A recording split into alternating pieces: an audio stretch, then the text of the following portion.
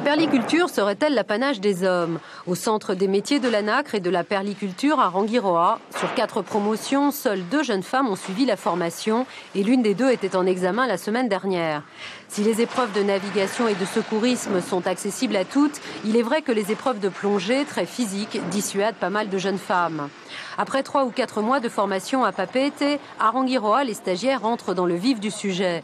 Comme n'importe quelle ferme perlière, l'école dispose de tout le matériel. Seul handicap, le millier de nacre mis à la disposition des élèves n'est pas suffisant, d'autant que l'on considère qu'il faut avoir greffé 100 000 nacres pour être un vrai pro. Non, c'est bon, même merci. Il n'y a pas le son, là, j'espère. Regarde le profil, là. C'est ça. Vous partez tous les deux, moi je prends notre côté. Tous les anciens élèves du centre ont du travail, ce qui contribue à la bonne réputation de la seule école du territoire, dont les effectifs vont augmenter à la rentrée prochaine. On a une capacité d'accueil de 12 à 15 élèves par an, on ne peut pas accueillir plus. Peut-être que l'année prochaine, on pourra augmenter un peu l'effectif. Avec l'internat qui s'est ouvert, qui va s'ouvrir donc pour le mois de septembre, on pourra donc accueillir un peu plus de stagiaires.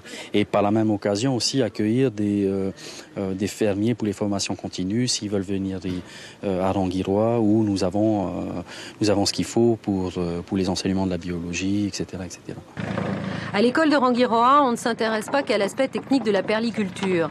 Gestion, économie, comptabilité font également partie de la formation et l'internat permettra à ceux qui exercent déjà de venir parfaire leurs connaissances. Cette semaine, lors des conférences techniques qui ont accompagné les Journées de la Perle, l'Ifremer a présenté un projet d'équipement des bateaux qui réduirait le nombre de plongées en installant des poulies le long de la coque afin de pouvoir hisser les filières.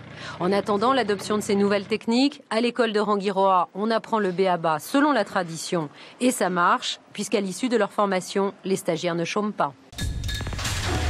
L'information en continu sur Polynésie la première, Internet et réseaux sociaux.